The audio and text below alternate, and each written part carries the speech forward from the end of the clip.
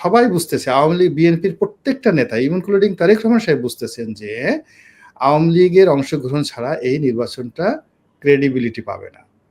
তারা যদি 10 বছরও ক্ষমতায় থাকে উইদাউট নির্বাচনে 300 আসনও যদি তারা পাশ করে আসে এবং পরবর্তী 20 বছর যদি তারা ক্ষমতায় থাকে, তাদের অবস্থা শেষ পরিণতি 2014 থেকে 2025 পর্যন্ত আওয়ামী লীগের যেটা হয়েছে সেরকমই হবে। কিন্তু এই কথাটা তারা বলতে সাহস পাচ্ছে না।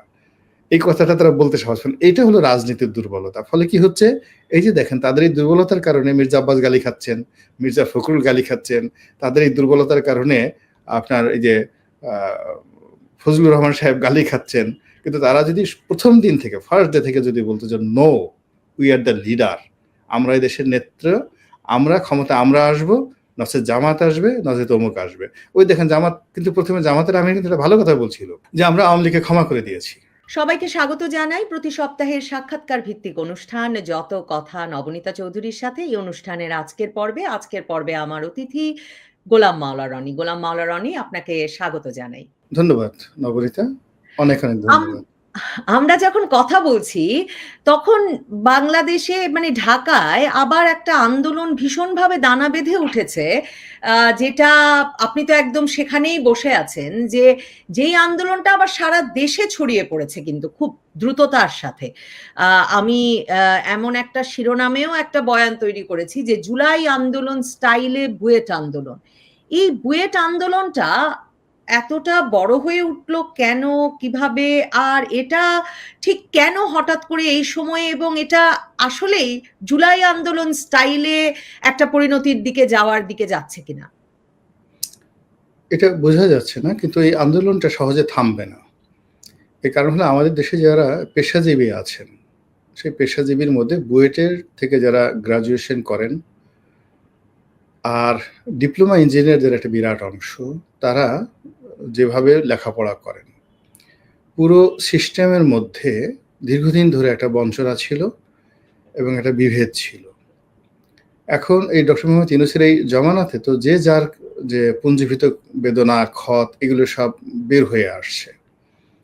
এখন এই যে বিষয়টা নিয়ে আসছে, এটা খুবই টেকনিক্যাল একটা বিষয়। এই টেকনিক্যাল বিষয়টা আমি আসলে ইন ডিটেলস জানি না, কিন্তু যেভাবে আমি দেখলাম যে দুই পক্ষই, অর্থাৎ ডিপ্লোমা ইঞ্জিনিয়ারদের যে সংগঠনগুলো রয়েছে, যারা টেকনিক্যাল সেই এসএসসি পাস করে ভোকেশনাল অ্যান্ড টেকনিক্যাল বিষয় 4 বছর হাতে কলমে শিক্ষা গ্রহণ করে, তো তাদের দাবি হলো যে আমাদের যে অভিজ্ঞতা এটা বেটার দ্যান এনিথিং। সারা দুনিয়া এখন ভোকেশনাল এবং প্র্যাকটিক্যাল ট্রেনিংয়ে চলে যাচ্ছে। তো তারা ইঞ্জিনিয়ার লিখতে পারবে না, ইঞ্জিনিয়ার পরিচয় দিতে পারবে না, এটা হলো বুয়েটদের দাবি। আর বুয়েটের বক্তব্য হলো যে বাংলাদেশের সবচেয়ে মেধাবী, সবচেয়ে প্রতিযোগিতামূলক যারা ছাত্রছাত্রী মানে 1 নম্বর ক্যাটাগরিতে থাকে, তারা বুয়েটে আসে, দ্বিতীয় মেডিকেলে যায়, এরপর বাকিরা বিশ্ববিদ্যালয়ে যায়। তো কাজেই আমরা যে সম্মানটুকুর জন্য এখানে আসি, ইঞ্জিনিয়ার যে মানে যা কিছু প্রাপ্তির জন্য সেটা ডেজিগনেশনের জন্য, সেই ডেজিগনেশনের জায়গাটাতে এমন কিছু ঢুকে যাচ্ছে যেটা আমাদের জন্য খুবই বিব্রতকর। এটা ইগোইস্টিক একটা বিষয়। তো এটা নিয়ে আসলে এখন রাজপথ উত্তপ্ত হচ্ছে। তার বাইরে কয়েকদিন আগে আবার ঢাকা কলেজ, সিটি কলেজের মধ্যে মারামারি হলো। এটা তো অনেক আগের থেকেই হয়। তো আসলে হয় কি, আপনি এই সমস্যাগুলো না দেখে বরং যদি মনে করেন যে আমাদের পুরো সমাজের মধ্যে মানে একটা বেকারত্বের মানে দাবানল হাতছানি দিচ্ছে, মানে অনেক মানুষ বেকার হয়ে আছে।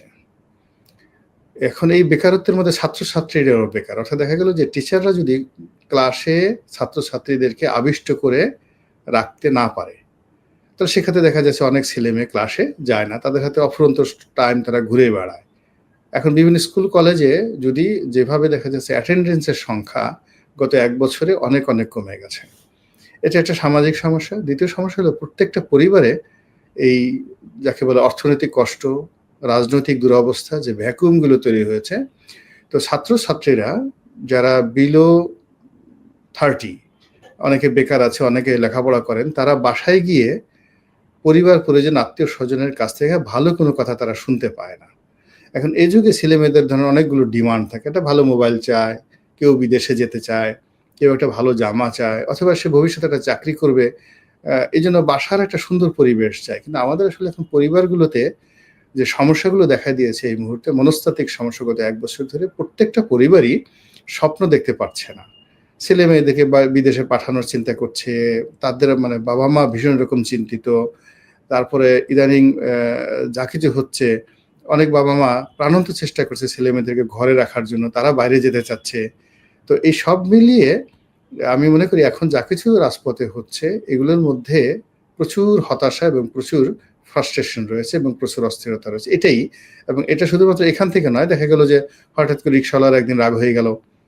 তারপরে এখন ঢাকা শহরে রিক্শাওয়ালা এবং ব্যাটারি চালিত রিক্সা, এই ২ গ্রুপের মধ্যে, এবং যারা গাড়ির মালিক এবং সিএনজি যারা অটোরিকশা চালায়, এই ৩ গ্রুপের মধ্যে যে মনস্তাত্ত্বিক দ্বন্দ্ব এবং সংঘাত শুরু হয়েছে, এটা আপনি কল্পনা করতে পারবেন না। প্রতিদিন প্রতি মুহূর্তে শত শত দুর্ঘটনা ঘটে ব্যাটারি চালিত রিক্সা আর প্যাডেল চালিত রিক্সা, সিএনজি অটোরিকশা এবং তার সাথে সাথে যারা গাড়ির মালিক। এবং এখানে পুলিশ সবচেয়ে অসহায়। তারা ৩ পক্ষের দ্বারাই লাঞ্ছিত, অপমানিত হয়। একদম গতকালকেও তো মানে বুধবারেও পুলিশের সঙ্গে সেই মানে প্রকৌশল বিশ্ববিদ্যালয়গুলোর ছাত্ররা যারা যুক্ত হয়েছিল শাহবাগে, তাদের একটা ব্যাপক সংঘর্ষের ঘটনাও আমরা দেখলাম। সাউন্ড গ্রেনেড, কাঁদানে গ্যাস কেন ছুঁড়েছে এই নিয়ে ছাত্রছাত্রীরা যমুনা অভিমুখে যাওয়ার সময় তাদেরকে কেন বাধা দেওয়া হলো, তারা বিক্ষুব্ধ হয়ে উঠল, এবং পরে গিয়ে কিন্তু পুলিশ প্রধানকে ক্ষমাও চাইতে হলো। কিন্তু আমার একটা প্রশ্ন হচ্ছে, আপনি খুব মানে এই যে মনস্তত্ত্বের কথা বলেছেন, কিন্তু আমি মনস্তাত্ত্বিক ভাবে ক্ষুব্ধ। আমি কি আসলে রাজনৈতিক নেতৃত্ব ছাড়া রাস্তায় নামতে পারি কিনা? আপনার দীর্ঘ রাজনৈতিক অভিজ্ঞতা কি বলে? এবং এই বুয়েটের আন্দোলনটাকে কেন জুলাই আন্দোলন বলছিলাম রনি ভাই, যে একদিকে মানে কে নেতা চেনা যাচ্ছে না, আবরার ফাহাদের ভাই আবরার ফায়াজ আছে নেতা হিসেবে, কিন্তু অন্যরা কারা নেতা বোঝা যাচ্ছে না। কিন্তু তারা কলেজের ছাত্রদেরকেও কিন্তু আহ্বান করেছে তাদের সঙ্গে নামার, ঠিক জুলাই আন্দোলনের মতো। হয়তো কিছুদিন পরে স্কুলের ছাত্রদেরকেও বলবে তাদের সঙ্গে নামতে। অন্যদিকে ঢাকা রাজশাহী মহাসড়ক, ঢাকা চট্টগ্রাম মহাসড়ক সহ নানা মহাসড়ক চুয়েটের ছাত্ররা এসে অবরোধ করে রাখছে। মানে এই পদ্ধতিতে সরকারের উচ্চ পর্যায় থেকে আলোচনার জন্য ডাকা হচ্ছে, বলছে যে ডিপ্লোমার কথাও শুনতে চাই, ইঞ্জিনিয়ারদের কথাও শুনতে চাই, কিন্তু কেউ আলোচনায় বসতে রাজি হচ্ছে না। রাজপথে ফয়সালার এই প্রবণতা কি সত্যি সাধারণ বিক্ষুব্ধ জনতা করে, নাকি কোনো রাজনৈতিক নেতৃত্ব থাকে? এই রাজনৈতিক নেতৃত্ব কারা? আপনি আসলে প্রেজেন্ট টেন্সে না এসে পাস্ট টেন্সে একটু যান। অতীতকে আপনি মূল্যায়ন না করলে, যেমন জুলাই আগস্ট যে বিপ্লবটা হলো, সেই বিপ্লবে শেখ হাসিনার পতন এবং পরাজয়ের মূল কারণ ছিল যে তারা, আওয়ামী লীগ সরকার, এই কোটা বিরোধী আন্দোলনকে প্রথমে পাত্তাই দিতে চায়নি।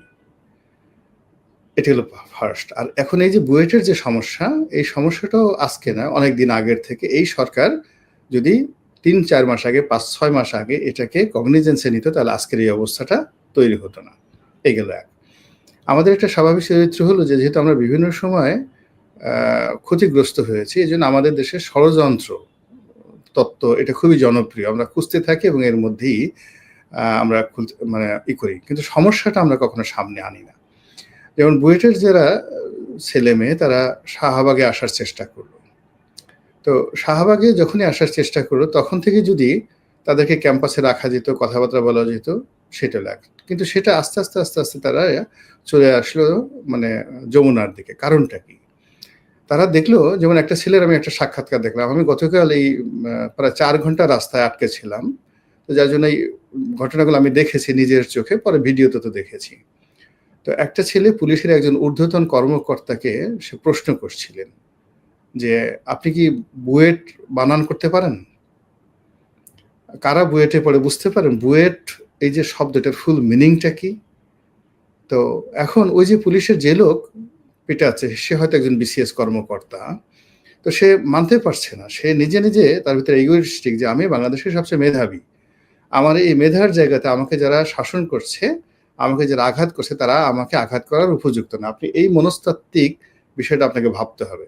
এর বাইরে আপনাকে এটা বাড়তেই থাকবে। ২ নম্বরে হলো যে এখানে ইতিপূর্বে যা হয়েছে, ওই যমুনার সামনে যারা এসেছে, আন্দোলন করেছে, এখন বুয়েটের যারা ছাত্রছাত্রী, তারা মনে করছে যে আমাদের চাইতে অনেক less ক্যালিভার, less qualified, less disorganised অনেক ছোট, ছোট মব, ছোট, ছোট প্রতিষ্ঠান ওখানে গিয়ে একটা মব সৃষ্টি করে তারা তাদের অধিকারগুলো আদায় করে নিয়ে এসেছে। তো সেইভাবে শাহবাগ বলেন, যমুনার সামনে বলেন, এখানে তো অতীতে বহু দাবি আদায় হয়েছে। তা আমি এটাকে কোনো চক্রান্ত বা কোনো রকম কোনো কিছু না মনে করে তারা সেই যে এখানে এসছে, আমি মনে করি যে এটা সহজ সরল দাবি নিয়েই আসছে। এই গেল একটা। আর ১ম এ যেটা বললাম যে ছাত্রছাত্রীদের হাতে এখন অফুরন্ত সময়। অফুরন্ত সময়। ক্লাসে তাদের আকর্ষণ নেই। ঘরের মধ্যেও তাদের কোনো আকর্ষণ নেই। ফলে এই তারুণ্য মানে সে আবদ্ধ থাকতে চায় না কোথাও। তো যেখানেই একটু গন্ডগোল হচ্ছে, যেখানে একটু আন্দোলন হচ্ছে, সেখানে তারা অংশগ্রহণ করার চেষ্টা করবে। এটাই স্বাভাবিক। এটা ওই সবসময় ৭১ এ হয়েছে, ৬৯ হয়েছে, যেকোনো গণ অভ্যুত্থান হয়েছে। তখন করে কি এই ছেলেমেয়েরা ঘর থেকে তারা বের হয়ে আসে। ফলে এখন যে উত্তাল সময়টা, এই সময়টা আমি আসলে ৬৯ দেখিনি বা আমি ওই সময়টাতে ঢাকার রাজপথ কেমন ছিল, বাট আমি এরশাদ জমানাতে পুরো সময়টা দেখেছি। তো দেখা গেল যে যখনই আমরা শুনেছি যে টিএসসিতে কোনো একটা ঘটনা ঘটছে, তখন আমরা আসলে ক্লাসেও থাকিনি, হলেও থাকিনি। আমরা সঙ্গে, সঙ্গে কিন্তু সেখানে চলে এসেছি। কেন এসেছি আমরা জানি না। এবং যেদিন ডক্টর মিলন মারা গেলেন, তো সেই দিন আমি তো পুরো একদম মানে রীতিমতো কর্মবীর। এবং সেদিন গোলাগুলি হচ্ছে, সবকিছু হচ্ছে, কিন্তু আমার কোনো কেয়ার ছিল না। আমি টিএসসিতে চলে আসলাম এবং উনি আমার সামনে গুলিবদ্ধ হলেন। মোস্তফা জালাল মহিউদ্দিন এখনো আমার চোখে ভাসে। ঠিক মনে হয় যে ২-৩ গজ সামনে এগুলে ওই গুলি আমার গায়েও লাগতে পারত।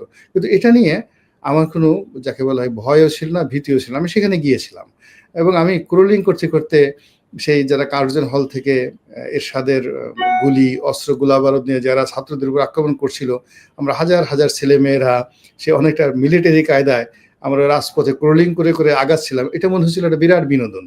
এর চাইতে বীরত্ব আর হতে পারে না। একদিকে মেয়েরা, অন্যদিকে ছেলেরা, সেই ওদিকে ওরা গুলি ছুড়ছে, আমরা এগিয়ে যাচ্ছি। এই যে তারুণ্যের যে একটা উদ্দীপনা, সেই তারুণ্যের উদ্দীপনাটাকে আপনি যারা রাষ্ট্র পরিচালনা করে তারা এই মনস্তাত্ত্বিক বিষয়গুলো বুঝতে হবে যে তরুণরা সবসময় এই সুযোগগুলো খুঁজতে থাকে। এখন দেখেন এই যে আজকে ৭১ মঞ্চে যেটা হলো, মানে যেটা এখান পান্না, তারপরে এখানে লতিফ সিদ্দিকী সহ কামাল সাহেব, ডক্টর কামাল হোসেনের আসার কথা ছিল। এখানে যারা গিয়েছে এবং তারা যে স্লোগানগুলো দিয়েছে, যে বক্তব্যগুলো দিয়েছে এবং যে কারণে তারা বিক্ষুব্ধ ছিল, সেই বিষয়গুলো কিন্তু যারা এসছেন তারা ভুলে গেছেন। যেমন লতিফ সিদ্দিকীর বিরুদ্ধে একটা অভিযোগ ছিল যে তিনি নাস্তিক। তিনি ইসলামকে কটাক্ষ করেছেন। মানে হজকে আপনি কটাক্ষ ঢাকা রিপোর্টার্স ইউনিটিতে যে অনুষ্ঠানটা থেকে আমি তো তাদেরকে শুনছি যে মঞ্জুরুল আলম পান্না, ঢাকা বিশ্ববিদ্যালয়ের আইনের শিক্ষক হাফিজুর রহমান কার্জন, এদেরকেও শাহবাগ থানায় নিয়ে যাওয়া হয়েছে। আমি মানে যাদেরকে নিয়ে যাওয়া হয়েছে তারা আগে তাদের বোঝা উচিত ছিল। যেমন ধরুন আমাকে যদি কেউ বলতো, আমি তো যেতাম না এখানে। যেতাম না এই কারণে যে আমি ২০১৩-১৪ সন পর্যন্ত ১৩ সন পর্যন্ত আমি তো আওয়ামী লীগে ছিলাম। তো আওয়ামী লীগে থেকে আমার অসংখ্য বক্তব্য আওয়ামী লীগের পক্ষে আছে। অসংখ্য বক্তব্য জামাতের পক্ষে এখন ভাইরাল হয়ে ঘুরে, ঘুরে বেড়াচ্ছে পার্লামেন্টে। তো আমার সেই বক্তব্য দ্বারা যারা আহত হয়েছেন ওই সময় এবং এখনো যারা ইনসাল্ট ফিল করেন, তারা তো যেকোনোভাবে আমাকে আটকিয়ে যেকোনো একটা সুযোগে আমার সঙ্গে সেই ধরনের একটা রিভেঞ্জ নেওয়ার চেষ্টা করবে। এটা তো বোঝার জন্য খুব বেশি রকেট সায়েন্স জানার দরকার নাই। তো এখন পান্না বলেন, পান্নাকে দীর্ঘদিন ধরে সেই যাকে বলা হয় গোলাম আজম সাহেবের ছেলের সঙ্গে তার একটা মনস্তাত্ত্বিক দ্বন্দ্ব চলছে। তো সেখানে জামাত আছে, শিবির আছে, তারপর শেষে এখানে আরো অনেক পক্ষ আছে যারা পান্নাকে বাগে পেলে সেখানে তার সঙ্গে আচরণ করবে। আমি জানি না পান্না জেলে গেছে, আমি এখানে বসে এখন পর্যন্ত জানি না পান্নাকে ওখানে নেওয়া হয়েছে কিনা, বাট এটা একটা স্বাভাবিক ঘটনা। তা পান্নার এখানে তো বীরত্ব দেখানোর কোনো মানে এখানে এটা বুদ্ধিমানের কোনো কাজ নয়।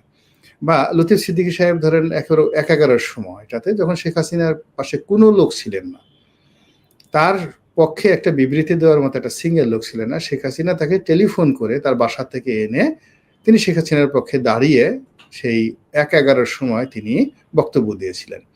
কিন্তু তার বয়স হয়েছে, তার বোঝা উচিত ছিল যে দিন যত যায় পরিস্থিতি তত খারাপ হয়। ১-১১ সময় এখনকার যে মাঠের পরিস্থিতি, এই পরিস্থিতি তো ছিল না তখন।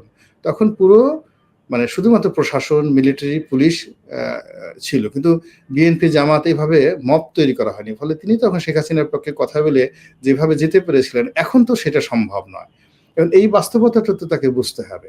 দীর্ঘদিন তিনি এই যে তিনি যে কথাগুলো বলেছেন হজের বিরুদ্ধে, ইসলামের বিরুদ্ধে, এখন উনি একটা স্বাভাবিক ইতিহাস উনার মতে উনি বর্ণনা করেছেন। কিন্তু এটা নিয়ে সারা বাংলাদেশ উত্তাল হয়ে পড়েছিল, ভীষণ রকম উত্তাল হয়ে পড়েছিল। তসলিমা নাসরিনের বিরুদ্ধে যেভাবে মানুষ উত্তাল হয়ে পড়েছিল, লতিফ সিদ্দিকের বিরুদ্ধে উত্তাল হয়ে পড়েছিল, যার জন্য আওয়ামী লীগ কিন্তু তাকে ধারণ করতে পারেনি ওই সময়টিতে। এবং আওয়ামী লীগ তখন অনেক গণতান্ত্রিক ছিল ওই সময়টা। গণতান্ত্রিক থাকার কারণে সে হয়তো যদি আওয়ামী লীগ লতিফ সিদ্দিকে এই কথা 2021 সনে বলতেন, তাহলে আওয়ামী লীগ তাকে ধারণ করতে পারতো। তখন আওয়ামী লীগ অনেক স্বৈরাচারী এবং অনেক শক্তিশালী হয়ে পড়েছে, এবং লতিফ সিদ্দিকের চেয়ে অনেক খারাপ কথা বলা মানুষকে আওয়ামী লীগ কিন্তু ধারণ করেছে। কিন্তু সৈয়দ আবুল হোসেন, তারপরে শেষে আরো অনেক লোক আছে যারা, আওয়ামী লীগ তখন ওই সময়টাতে গণতান্ত্রিক কারণে সৈয়দ আবুল হোসেনকে সে ধারণ করতে পারেনি। মানে তো লতিফ সিদ্দিকীও যখন ধারণ করতে পারেনি এবং তাকে জেলে যেতে হয়েছে। তো জেলে যেতে হয়েছে সেই লতিফ সিদ্দিকী, তার তো অন্তত পক্ষে এই সময়টাতে বোঝা উচিত ছিল হোয়াট ইজ হ্যাপেনিং। আর লতিফ সিদ্দিকের জায়গায় তো কাদের সিদ্দিক আসেননি, হি ইজ মোর স্মার্ট। তো কাদের সিদ্দিকের পরিবর্তে ও তাদের আর এক ভাই আছে মুরাদ সিদ্দিকী, সে তো মানে আরো আওয়ামী লীগের বড় নেতা, ভেরি স্ট্রেট ফরওয়ার্ড। তো তারা তো এগিয়ে আসছেন, এখানে সবাই যার যার মতো করে সতর্ক অবস্থানে আছেন। যে ৭১ মঞ্চের নামে দুটো প্রশ্ন করি, মানে এক হচ্ছে ৭১ মঞ্চ নাম দিয়ে আলোচনা অনুষ্ঠানের জন্য ঢাকা রিপোর্টার্স ইউনিটিতে কেউ জড়ো হলেও তাকে যে বিপদের সম্মুখীন হতে হবে সেটা তার মানে সেই আলোচকদের নিজেদেরই বোঝা উচিত। মানে আপনি স্মার্ট শব্দটাও ব্যবহার করেছেন, স্মার্ট হলে তাদের তা বোঝা উচিত, এটা একটা প্রশ্ন। এবং দ্বিতীয় প্রশ্ন, আপনি নিজের কথাও উল্লেখ করেছেন, তার মানে এক রকমের নিরাপদ পরিসরে থাকাটাকে আপনি এখন গুরুত্বপূর্ণ মনে করছেন। তার মানে মত প্রকাশের স্বাধীনতা, সমাবেশের স্বাধীনতার কি হলো রনি ভাই? না, এটা এটা পাঠ্যপুস্তকে বোঝার চেষ্টা করেন। একটা সময় তো জামাতের মেয়েরা কোরআন শিক্ষার কথা বলে একত্রে বসেছে, সেখান থেকে বোরকা পরা 200, 300, 400 মেয়েদেরকে আওয়ামী লীগ ধরে নিয়ে গেছে। এটা তো অস্বীকার করার উপায় নেই। হাজার হাজার শিবিরের ছেলে পড়াশোনা করছে ইউনিভার্সিটি থেকে, তাদেরকে পিটিয়ে দেওয়া হয়েছে। এর কারণ হলো ওখানে ইসলামী বই পাওয়া গেছে, বলা হয়েছে এগুলো জঙ্গি। তো সমাজের আমরা যে অতীতের যে ধারাবাহিকতা, সেই ধারাবাহিকতাতে একটা ফ্রাস্ট্রেশন তৈরি হয়েছে। 2 নম্বর হলো যে মুক্তিযুদ্ধ, আমাদের বঙ্গবন্ধু, যেটাকে আমরা সার্বজনীন বলি। আওয়ামী লীগ তো 15 বছর ধরে যে ন্যারেটিভ, সেই সার্বজনীনতাটা রাখে নাই। তারা সেটা বলেছে এটা আওয়ামী লীগের সম্পত্তি, এটা শেখ পরিবারের সম্পত্তি, এই দেশটা সবকিছু। সার্বজনীনতা রাখে নাই, বা আসলে তো এটা সার্বজনীন না। মানে সকলে তো বঙ্গবন্ধুকে মহান নায়ক মনে করেন না। স্বাধীনতাটা কি সেটারও তো আলাদা বয়ান আছে। না, সার্বজনীন বলতে কি আলাদা বয়ান নেই নবনীতা, এখানে বোঝার চেষ্টা করেন। যেমন বলা হয় সার্বজনীন দুর্গা উৎসব, এই শব্দটা ব্যবহৃত হয় না, সার্বজনীন দুর্গা উৎসব। এখন হিন্দুদের মধ্যে দুটো গ্রুপ রয়েছে। মানে আপনি যদি গুজরাটের হিন্দুদের চিন্তা করেন, তারা দুর্গার পূজা করে না। তারা মনে করে যে গরিব হিন্দু যারা, অসহায় হিন্দু যারা, তাদের দেবী হলো দুর্গা। কিন্তু পশ্চিমবঙ্গ, বাংলাদেশ, এই অঞ্চলে গরিব মানুষের দুর্গাপূজা সবচেয়ে বড় অনুষ্ঠান। তারপর এখানে সার্বজনীন বলা হয় কেন? তো সার্বজনীন বলা হয় এই কারণে যে এখানে এনিওয়ান ক্যান কাম, যে কোনো মানুষ আসতে পারে, যে কোনো মানুষ প্রসাদ নিতে পারে, যে কোনো মানুষ এই পুজোর আনন্দ উপভোগ করতে পারে। আর যারা ঘৃণা জানাতে চায়, আসতে চায় না, তাদেরকে এখানে টানাটানি করা হয় না। এটা হলো সার্বজনীনের অর্থ। এখন মুক্তিযুদ্ধ এবং বঙ্গবন্ধু, তাদের দুজনের ব্যাপারে, যারা মুক্তিযুদ্ধ বিরোধী শক্তি, যারা বঙ্গবন্ধুর বিরোধী শক্তি, তাদের কাছে তিনি নন। কিন্তু এরকম কেউ যদি বঙ্গবন্ধুর একটা ভালো জিনিস প্রশংসা করতে চায়, মুক্তিযুদ্ধের একটা ভালো দিক বলতে চায়, তখন যদি বলা হয় তোর মুখে তো এটা মানায় না, তুই তো রাজাকার ছিলি, তুই এই যে এখন মুক্তিযুদ্ধের পক্ষে কথা বলতেছিস, তোর একটা ধান্দা আছে, তুই চাকরিতে ঢুকতে চাস, আওয়ামী লীগ করতে চাস, বের হয় এখান থেকে। ফলে কি হলো যে একটা সার্বজনীনতাটা রক্ষা করা যায় না। এখন এই সময়টাতে ধরুন প্রফেসর সিরাজুল ইসলাম চৌধুরী, তিনি বঙ্গবন্ধুকে নিয়ে কথা বলছেন, তারপর মুক্তিযুদ্ধ নিয়ে কথা বলছেন, অথচ বঙ্গবন্ধুর জামানাতে পুরো সময়টাই তারা কিন্তু বঙ্গবন্ধুর বিরোধিতা করেছেন। তো ওই যে বঙ্গবন্ধুর যে বিরোধিতা তারা করতে পেরেছেন, এটা ছিল বঙ্গবন্ধুর সার্বজনীনতা। আবার এখন যে কথাবার্তা বলছেন, মানে এদের সঙ্গে তো আওয়ামী লীগের মরে গেলেও জীবনে কোনোদিন আওয়ামী লীগের যোগাযোগ হবে না। এটাই হলো বঙ্গবন্ধুর সার্বজনীনতা বা মুক্তিযুদ্ধের সার্বজনীনতা। অনেক মানুষ এখন কথা বলছে মুক্তিযুদ্ধের, কিন্তু আওয়ামী লীগ কি করেছে, পুরো ন্যারেটিভটা তারা রেখে দিয়েছে তাদের জন্য।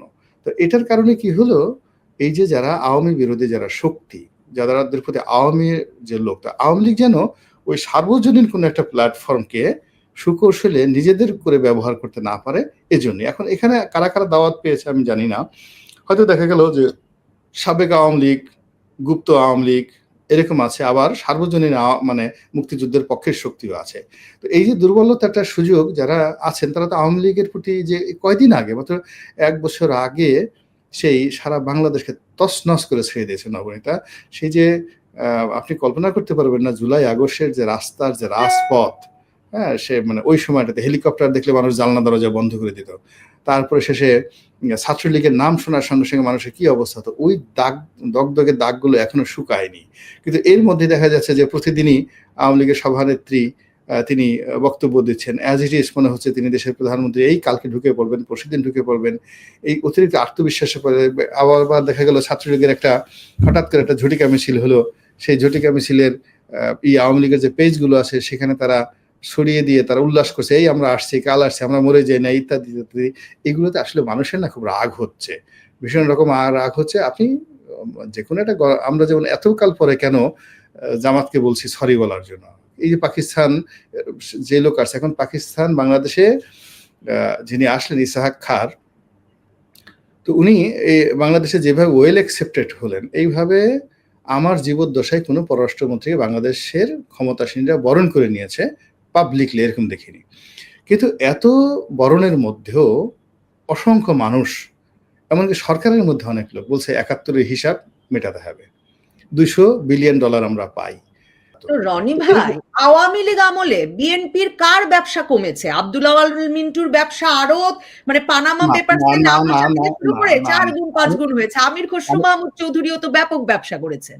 না, আওয়ামী লীগ আমলে আমি যে নামগুলো বললাম প্রত্যেকটা লোক দেউলিয়া হয়ে গেছে। আব্দুল আওয়াল মিন্টু জাস্ট দেউলিয়া, ব্যাংক্রাফট। তার একটা ওই যে তীর মাকড়া সিডস তৈরি করার একটা ছোট খামার ছাড়া তার কোনো ব্যবসা বাণিজ্য তার ছিল না, নাথিং। তার একটা জমি, তার বাড়ির সামনে যে বাড়িটা আছে সেই বাড়ির সামনে একটা জমি ছিল, ১ বিঘার একটা খালি প্লট ছিল, অনেক সময় করেছে সেই জমিটা পর্যন্ত তাকে বিক্রি করে দিতে হয়েছে। ইসলামী মানে ন্যাশনাল ব্যাংক, প্রগতি ইন্স্যুরেন্সে তার যে শেয়ার ছিল তাকে কোনোদিন ওই অফিসে তাকে ঢুকতে দেওয়া হয় নাই। মোর্শেদ খানের সমস্ত ব্যবসা বাণিজ্য আপনি দেখেন, প্যাসিফিক মোটরস, তার টেলিকমিউনিকেশন ব্যবসা, সব ব্যবসা তছনছ একে খান গ্রুপের। মানে এটা আপনি হয় কি, আমরা এগুলো বলি ওই যে আমির খসরু মাহমুদের ব্যবসা, যাই দেখেন তো ব্যাংক লোন কয়টা আছে, দুর্নীতি দমন কমিশনের মামলা আছে কয়টা, তার কি অবস্থা, তার সংসারের অবস্থা কি, মির্জা ফখরুল সাহেবের সংসার কিভাবে চলে উত্তরাতে, তার বাসা, এগুলো খোঁজ নিয়ে দেখেন। মানে মূল ব্যাপার হলো মির্জা ফখরুল তো আর ব্যবসায়ী নন। না, ব্যবসায়ী না, কিন্তু তার একটা অর্থনৈতিক তো অবস্থা ছিল। সে তো মানে এই এখন যে অবস্থা আছে ওই অবস্থা তার ছিল না কখনোই। মন্ত্রী ছিলেন, এমপি ছিলেন, পারিবারিক অবস্থা আছে। তো এরকম ঘটনাগুলো ঘটেছে বিভিন্ন সময়টিতে। তো ওটা আমরা বাড়ি থেকে দেখি অনেক লোকের ছোট। আপনি মির্জা আব্বাসের কথাই চিন্তা করেন না কেন, মির্জা আব্বাসের যে ব্যবসা বাণিজ্য রমা যা কিছু ছিল সেটা তো সবকিছু নষ্ট হয়ে গেছে, সবকিছু নষ্ট হয়ে গেছে। এরশাকের কথা চিন্তা করেন, তাদের জায়গা জমি, ব্যাংক অ্যাকাউন্ট, ফিজ থেকে শুরু করে সবকিছু তছনছ করে দিয়েছে। তো ওই যে অবস্থা, সেই অবস্থাটা তাদের চোখের সামনে অনেকগুলো লোক দেখা গেল যে তাদের সাথে ধনী হয়ে গেছে। এখানে এস আলম তো একটা সময় মানে যাকে বলে বিএনপির যারা চট্টগ্রামের বড় বড় ব্যবসায়ী ছিলেন তাদের পর্যায়ে ছিলেন না, এখন সে বাংলাদেশের সবচেয়ে ধনী ব্যক্তি হয়ে গেছেন, অনেক কিছু হয়ে গেছেন। তো এরকম সালমান এফ রহমান শুধু ব্যবসা বাণিজ্য করতেন, কিন্তু আব্দুল আল মিন্টুদেরকে এইভাবে রাখার পরে কি হচ্ছে, একটা সমাজ ইমব্যালেন্স তৈরি হয়ে গেছে অর্থনৈতিকভাবে। এই ভয়টা তাদের ছিল। পাড়া মহল্লার মাস্তানির কথা চিন্তা করেন, বিভিন্ন এলাকাতে যারা চেয়ারম্যান, মেম্বার, এমপি ছিলেন, যারা সেই ওই সময়টাতে মানে ২০০১ থেকে ২০০৬ পর্যন্ত পুরো সমাজটাকে দাপিয়ে বেড়াচ্ছেন, তাদেরকে একেবারে এলাকা ছাড়া করে ১৫টি বছর ধরে আপনি সমস্ত দাপট দেখিয়ে যে ভয় তৈরি করে ফেলেছেন মানুষের মধ্যে, সেই জায়গাটা তো তারা এখনো পর্যন্ত মানে যাকে বলে অ্যাসুরেন্স পায়নি। এর কারণ হলো এদের একটা বিরাট অংশ বাস্তুচ্যুত আছে, তাদের টাকা আছে, অনেকে ইন্ডিয়া পালিয়ে গেছে। ফলে কেন আপনার ভয় হবে না? আপনার ধরেন একটা আপনি রুমের মধ্যে আছেন, একটা গোকরা সাপ, আপনি তাকে মারতে পারেননি, হ্যাঁ, আপনি তাকে ধাওয়া দিয়েছেন, লাঠি সাঠি নিয়ে সে পালিয়ে চলে গেছে, কিন্তু আপনি গর্তগুলো বন্ধ করতে পারতেছেন না। ওই গর্তের বাইরে থেকে গেলে বলছে ফুস ফাঁস, আপনি তো সারা রাত ঘুমাতে পারবেন না। এখন আওয়ামী লীগের যে আওয়াজ, এই যে আজকে মুক্তিযুদ্ধ মঞ্চের আওয়াজ, কালকে শেখ হাসিনার আওয়াজ, পরশুদিন ওখানে নিঝুম মজুমদার একটা বকা দেয়, তার আগের দিন আর ইন্ডিয়ান এম্বাসি থেকে একটা কথা বলে, আর তারপরে আবার দেখা গেল যে নরেন্দ্র মোদীর অফিস থেকে একটা কথা বলে, অজিত দোভাল একটা কথা বলে। মানে এই যে যেকোনোভাবে আওয়ামী লীগের যে ভুলে যাওয়ার তো কোনো রিজন ঘটে নাই গত ১ বছরে। বরং যদি এই অবস্থায় কেউ আওয়ামী লীগের ভয় না পায়, এই তো মানুষের তো বেশি ভয় পেলে তো মানুষের ডায়রিয়া হয়ে যায়। ভীষণ রকম ডায়রিয়া হয়ে যায়। এখন আওয়ামী লীগ তো যে অবস্থা করতেছে ভয় দেখিয়ে, এখন তারা এটা জেনে করছে না জেনে করছে আমি বলতে পারবো না। কিন্তু আওয়ামী লীগ কিন্তু আসলে ভয় দেখাচ্ছে। বিএনপিকে ভয় দেখাচ্ছে, জামাতকে ভয় দেখাচ্ছে। শেখ হাসিনা বলছে তালিকা করো, আমি যা বলি তা হবে।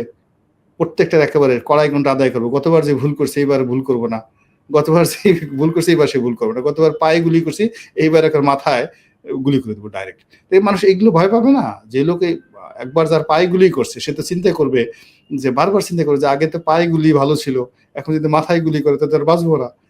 এখন ওই যে ক্ষতিগ্রস্ত হয়েছে তাদের সংখ্যা কত? আপনি যদি ২ লাখ মামলা ধরেন, ২ লাখ মামলা দেওয়া হয়েছে, ২ লাখ মামলায় মোরললেস ৫০ লাখ, মানে ৫০ লাখ আওয়ামী লীগের বিএনপির নেতাকর্মী সারা বাংলাদেশে এই গত ১৫ বছর যাবৎ এখন পর্যন্ত আজকের দিনে মানে ডেইলি ৮-১০টা মামলাতে হাজিরা দিতে হচ্ছে বিএনপি এবং জামাতের নেতাকর্মীদের। আজকে দেখুন গয়েশ্বর বাবুর মতো মানুষ হাজিরা দিচ্ছেন আজকের দিনে। ওই যে আগের মামলায় রায় হয়ে গেছে, নমিনেশন পাবে, যদি ইলেকশন হয় কয়দিন পরে এমপি হবে, মন্ত্রী হবে। বাবুল নামে একটা বিএনপির নেতা আছে, সে জেল খেটে আসলো ১ সপ্তাহ, বিকজ তাকে জেল খাটতে হয়েছে। মাহমুদুর রহমান মান্না, এই সময় মাহমুদুর রহমান ওই যে আমার দেশের এই মুহূর্তে সবচেয়ে বাংলাদেশের ইনফ্লুয়েন্সিয়াল লোক, তাকেও তো আওয়ামী লীগের মামলায় তাকে জেলে যেতে হয়েছে। ফলে আমার দেশ পত্রিকায় বসে তিনি যতই বড় বড় কথা বলেন না কেন, যখন শেখ হাসিনার বক্তব্য আমি আবার আসতেছি, আপনি বোঝার চেষ্টা করেন কিছু হলে তার মনস্তাত্ত্বিক একটা সমস্যা তো হবেই। তো এখানে আওয়ামী লীগের ভয় হবে না কেন? আওয়ামী লীগ তো ভয় দেখাচ্ছে। আওয়ামী লীগ যদি ভয় না দেখে কান্নাকাটি করতো, উই আর সরি, মাপ চাই, আর জীবনে বাংলাদেশে আসবো না, আমাদের ভুল হয়ে গেছে, আপনারা আপনাদের মতো দেশ চালান, আমাদের পরবর্তী জেনারেশন যদি ভালো হয়, আপনাদের মতো কথা মতো চলে, তাদেরকে ভোট দিয়েন, তাদেরকে রাজনীতি করতে দিন, আমরা যারা অন্যায় করে গেছি জীবনে আর আসবো না, আমরা এই ভারতে গিয়ে গলায় দড়ি দিয়ে মরবো, বিষ খেয়ে মরবো, শ্মশানে যাবো, সবকিছু করবো, কিন্তু বাংলাদেশে আমরা যাবো না। এইভাবে যদি বলতো তাহলে আমার ভয় থাকতো না। আমি তো ভয় দেখাচ্ছে, এই যে মিছিল করছে, শুধু কি মিটিং করছে। ভয়টাই একটা মুখ্য ভূমিকা পালন করছে? এই যে আপনি বলছেন আওয়ামী লীগ ছাড়া নির্বাচন গ্রহণযোগ্য হবে না, সেটা এমনকি নাকি তারেক রহমানও বুঝতে পারছেন, সবাই বুঝতে পারছেন।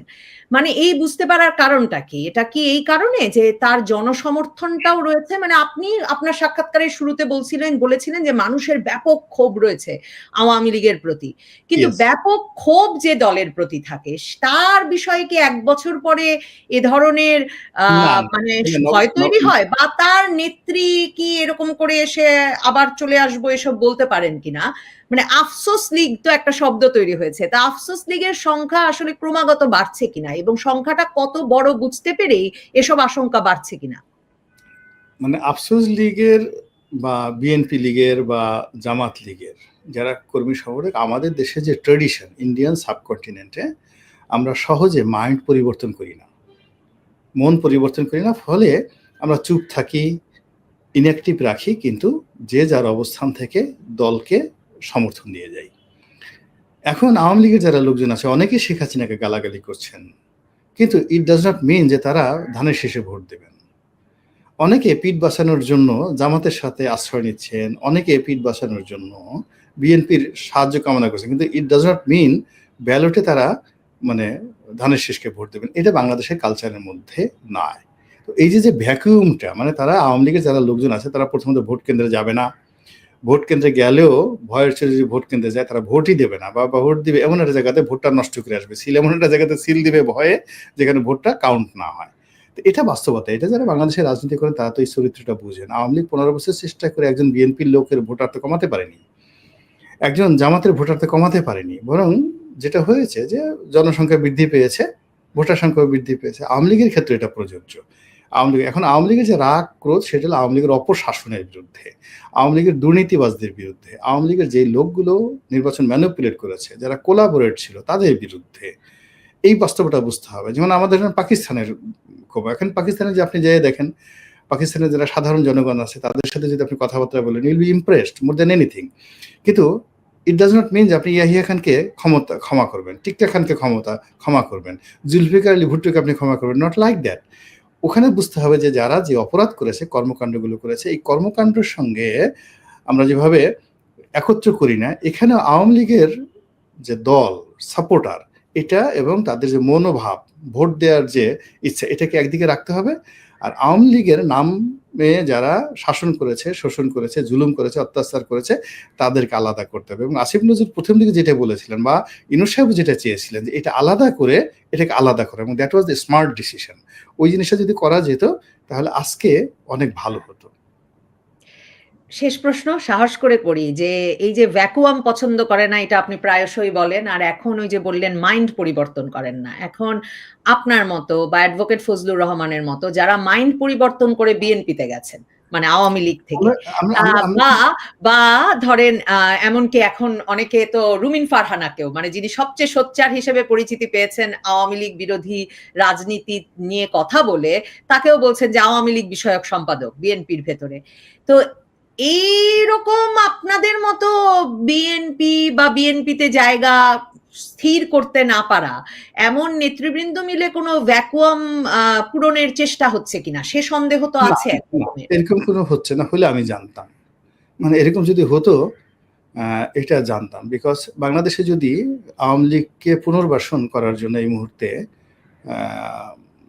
রিয়েলি সরকার চাইতো, তাহলে আপনি সবার আগে সেলিনা হায়াৎ আইভি গ্রেপ্তার হইতেন না, আব্দুল হামিদ, রাষ্ট্রপতি আব্দুল হামিদকে নিয়ে এটা হতো না, সাবের হোসেন চৌধুরীকে আপনি প্রেক্ষাপটে দেখতে পাতেন, তারা তো সর্বজন শ্রদ্ধেয়। ওই যে আপনি মেজর রফিকুল ইসলাম বীরুত্তম আছেন, খুব নামকরা ব্যক্তি, আপনি তাদেরকে সামনে দেখতে পাতেন। এরপর ওই যে একজন মান্নান ছিলেন, মন্ত্রী মান্নান ছিলেন, জেলে গেলেন আবার বের হলেন। সব মানুষ মানে এদের অনেস্টি নিয়ে এখনো তো এই বাংলাদেশে অনেক লোক আছে মানে একদম শতভাগ অনেস্ট আওয়ামী লীগের লোক, আপনি তাদেরকে ফ্রন্ট লাইনে দেখতেন। তো যেহেতু এটা মানে তারাও চেষ্টা করছে না, আওয়ামী লীগও চেষ্টা করছে না, আওয়ামী লীগের এদের সাথে আওয়ামী লীগের যোগাযোগ আছে আমার জানা নেই, এই গেল ঘটনা। এখন আমি বা ফজলুর রহমান আমরা যে কথাগুলো বলছি, আমরা কিন্তু আসলে মুক্তিযুদ্ধের কথা বলছি, আর মুক্তিযুদ্ধের কথা বলতে গেলে বঙ্গবন্ধুর কথা চলে আসছে ন্যারেটিভের। কিন্তু আমাদের সঙ্গে আমরা আওয়ামী লীগের সঙ্গে যে রাজনৈতিক যে পার্টি, এই পার্টি আমরা চুকিয়ে দিয়ে কিন্তু সেখান থেকে আসছি। একটা লোক হলো ঘর যখন কেউ ত্যাগ করে, হাবিবুর রহমান হাবিব, আমি, ফজলুর রহমান, এখন আমরা রাজনীতি যদি করি আমাদের বিএনপি রাজনীতি করতে হবে, আদারওয়াইজ আমাদেরকে রাজনীতি বাদ দিয়ে যে এখন যেভাবে টকশো করছি, বক্তব্য দিচ্ছি, মুক্তিযুদ্ধের বক্তৃতা দিচ্ছি, বঙ্গবন্ধুর গান গাচ্ছি, এই পর্যন্ত হবে। আমাদের আসলে আওয়ামী লীগে ফিরে যাওয়া হবে না। আমরা যদি আওয়ামী লীগে কখনো আওয়ামী লীগের ধরেন কালকে আওয়ামী লীগ ক্ষমতায় আসলো, তখন দেখবেন যে এই আমরাই তাদের প্রথম শত্রু হয়ে যাবো। আমি, ফজলুর রহমান, হাবিবুর রহমান হাবিব বলে ওই হারামজাদারা যে ওই সময় গিয়েছিল, যাওয়ার পরই তো আওয়ামী লীগের এরকম সর্বনাশ করছে, নাহলে আওয়ামী লীগের এই অবস্থা হয়তো। ওদেরকে আবার ধরো, এরা সবাই হলো কালপিট। ওরা ওই আগে যেভাবে আমাদেরকে আওয়ামী লীগের মধ্যে থেকে জ্বালিয়েছে, হ্যাঁ, তা আবার ওরা বিএনপির মধ্যে থেকে বিএনপিকে জ্বালিয়েছে, আবার যদি আমরা ওদেরকে নিয়ে এরা আবার জ্বালাবে। মানে আমরা এখন যাকে বলা হয় যে অবাধ্য সন্তান, পিতা মাতার অবাধ্য সন্তান, ঠোঁট কাটা সন্তান হয়ে গেছি। তো কাজেই আমাদেরকে নিয়ে কেউ কখনো মানে আওয়ামী লীগ এবং বিএনপি, জামাত এরা যথেষ্ট বুদ্ধিমান লোক। তারা সবসময় চায় কি নরম সরম, পুতু পুতু, তুলু তুলু, কথা বলে, পা ধরে সালাম করে, ইটি করে, এই ধরনের লোকজন মানে রাজনীতিতে খুবই মানে তাদের জনপ্রিয়তা আছে প্রত্যেকটা দলের কাছে। কিন্তু এই যে ধরনের বেয়ারা কথাবার্তা বলে, মানে এই যে একসময় আসম আব্দুর রব বলতেন, সিরাজুল আলম খান বলতেন, কি হয়েছে আওয়ামী লীগ পেদানি তাদের বের করে দিয়েছে। একসময় বঙ্গবন্ধু বলতেন, এটা তো মাওলানা আব্দুল হামিদ খান ভাষণে পছন্দ করেন নাই, বঙ্গবন্ধু সেখান থেকে বের হয়ে গেলেন কেন? বিকজ বঙ্গবন্ধু কথাবার্তা বলতেন, বের হয়ে গেলেন। তো এরকম হয় কি, আমাদের যে চরিত্র আপনি ধরেন এই যে সমাজের ভ্যানগার্ড হিসেবে, এই জন্য দেখেন আমাদের বাড়ি হয়নি, ওদের মতো গাড়ি হয়নি, মন্ত্রী হয়নি, এমপি হয়নি। ধরেন আমার কথা, আমার তো বয়স এখন সামনে আছে, হবে না, আমার সাথে 1000 গুণ ধরেন ক্ষমতা মানে মেধার অধিকারী ফেরদৌস আহমেদ কুরেশির ছিল। হয়েছে জীবনে কিছু? He is the founder of বিএনপির ফাউন্ডার ছাত্রলীগের সভাপতি ফেরদৌস আহমেদ কুরেশি, এবং ফেরদৌস আহমেদ কুরেশির মতো মেধাবী ছাত্রলীগের সভাপতি বাংলাদেশে তৈরি হয় নাই এখন পর্যন্ত। কি হয়েছে তার? বিনা চিকিৎসায় না খেয়ে তাকে মরতে হয়েছে। আচ্ছা, শাহ মুয়াজ্জেমের কি হয়েছে জীবনে? ওবায়দুর রহমানের কি হয়েছে? কিচ্ছু হয় নাই। আচ্ছা, আপনি চিন্তা করেন নিরু বাবলু, শাহ মুয়াজ্জেম, ওবায়দুর রহমান তো মন্ত্রী হয়েছেন। না, তারা মন্ত্রী হয়েছে, বিএনপি আমলে হয়েছেন, শাহ মুয়াজ্জেম তো বিএনপিতেও হয়েছেন, জাতীয় পার্টিতেও হয়েছেন। তারা টিকতে পারেননি, তাদেরকে নিছে ব্যবহার করার জন্য, কর্তৃপক্ষকে গালাগালি করার জন্য তাকে নিছে। বিকজ এখন যদি বিএনপি আমাকে নেয়, মানে নিয়েছে আওয়ামী লীগের গালাগালি করার জন্য, এটা বাস্তবতা। ফজলুর রহমানকে নিয়েছে আওয়ামী লীগের গালাগালি করার জন্য। আমাদের মুখে আওয়ামী লীগের গালাগালি যত সুন্দর শোনাবে, আপনার শামসুর দুদুর মুখে তো সুন্দর শোনাবে না। এই হলো অবস্থা। ভবিষ্যতে ধরেন যদি আওয়ামী লীগের বিএনপির কোনো নেতাকে নিয়ে নেয় আওয়ামী লীগ ক্ষমতায়, তা তাদের মুখে বিএনপির গালাগালি যত সুন্দর শোনাবে, তাহলে আমার মুখে সেটা শোনাবে না। তো এটাই হলো একটা রাজনীতির পলিসি। এখানে আমাদের আনন্দিত বা আহ্লাদিত হওয়ার কোনোই নাই। এটা একটা ব্যাড কালচার। যে প্রতিপক্ষ আমাদেরকে নিয়েছে, মূলত এই যে আমাদেরকে নিয়েছে বা নমিনেশন দিয়েছে, এগুলো আওয়ামী লীগের গালাগালি করার জন্য। এই যে পার্থর বাবাকে বিএনপিকে কেন নিছে? শেখ পরিবারকে গালাগালি করার জন্য। শেখ শহীদুল ইসলামকে এরশাদ কেন নিয়েছে? শেখ হাসিনাকে গালাগালি করার জন্য। বুঝতে পারছেন? গালাগালি করছে, কিন্তু সে থাকতে পারছে, সে তো আলাদা হয়ে সেখানে নিয়ে গেছে, মানে বঙ্গবন্ধু পরিবারকে গালাগালি করার জন্য আনোয়ার হোসেন মঞ্জুকে নিয়েছে। This the reality of the politics. এটা আপনাকে বুঝতে হবে। ফলে এই যে আমরা যে অবস্থা করছি, আমাদের জীবন এভাবেই যাবে, এর বাইরে নতুন জীবন নেই। এখানে আমি যেহেতু অতীতে সবাইকে দেখেছি, এই জন্য আমার যেটা হলো যে কোনো অবস্থাতে যেন আমি আসম আব্দুর রবের মতো কোনোদিন গৃহপালিত বিরোধী দল না হই, কিংবা ধরেন ফেরদৌস আহমেদ কুরেশির মতো যেন আমাকে না খেয়ে মরতে না হয়, ফজলুর রহমানের মতো এখন দেখা যাচ্ছে তার গ্রামে একটা বাড়ি নাই, শহরে একটা ভাড়া বাড়িতে থাকে, মানে ওই যে আর এমনভাবে প্র্যাকটিস করে যে ওই প্র্যাকটিসের টাকা দিয়ে যে ঠিক মতো সংসার চালাবে, বেশিরভাগ লোক তার উকালতি সেবা নেয় কিন্তু টাকা টুকে দেয় না, যেটা এখানে পান্নারও একই অবস্থা। পান্না সাহেব জিগের আছে এরকম, যেন আমি দুর্ভিক্ষ কবলিত বন্যা পীড়িত না হয়, এই জন্য আমি এখন সকাল বিকেল পরিশ্রম করি, স্বাস্থ্যটা ঠিক রাখি। যে কথাগুলো আছে এই কথাগুলো হবে। কিন্তু রাজনীতির যদি কখনো মেরুকরণ হয়, কোনো কিছু হয়, আপনি কোনো অবস্থাতেই আমাদের দেখবেন না। এই যে দেখুন, যখন বিএনপির সুসময় চলে আসছে, এই যে গালি পার্টি পার্থের কোনো খবর আছে? বিকজ এখন তো তার আওয়ামী লীগ নাই, আওয়ামী লীগের গালাগালির দরকার নাই। হ্যাঁ, নুরুর কোনো খবর আছে? নুরুল হক নুরুকে নিয়েছে কি জন্য? স্পষ্ট কথাবার্তা বলে, জোরে জোরে গালি দিতে পারে, হ্যাঁ, কাজ হয় নাই। গোলাম মোল্লা রানীকে নিয়ে সেখানে মিষ্টি মিষ্টি কথা বলে শেখ হাসিনার যত সব গোপন কথা সে টাস করে গল্পের মতো করে বলে দিতেছে। তো এখন তো তার দরকার নাই যে এই জিনিসগুলো, কখনোই দরকার হবে না। তো এই হলো অবস্থা। আওয়ামী লীগ কথা আমাকে বলা অব্যাহত থাকুক গোলাম মাওলানা ইনশাল্লাহ রনি আবার ভাই, সেটাই সবচেয়ে বড় শুভকামনা থাকলো। মানে পরিসর আরো ছোট না হয়ে আসুক, কথা বলা অব্যাহত থাকুক। জি জি জি অসংখ্য ধন্যবাদ। সবসময় আপনার সঙ্গে কথা বলা মানে অনেক রকম চিন্তার খোরাক যোগায়। আবারও নিশ্চয়ই কথা হবে। অসংখ্য জি ধন্যবাদ যেসব দর্শক আমাদের সাথে ছিলেন এতক্ষণ। ধন্যবাদ।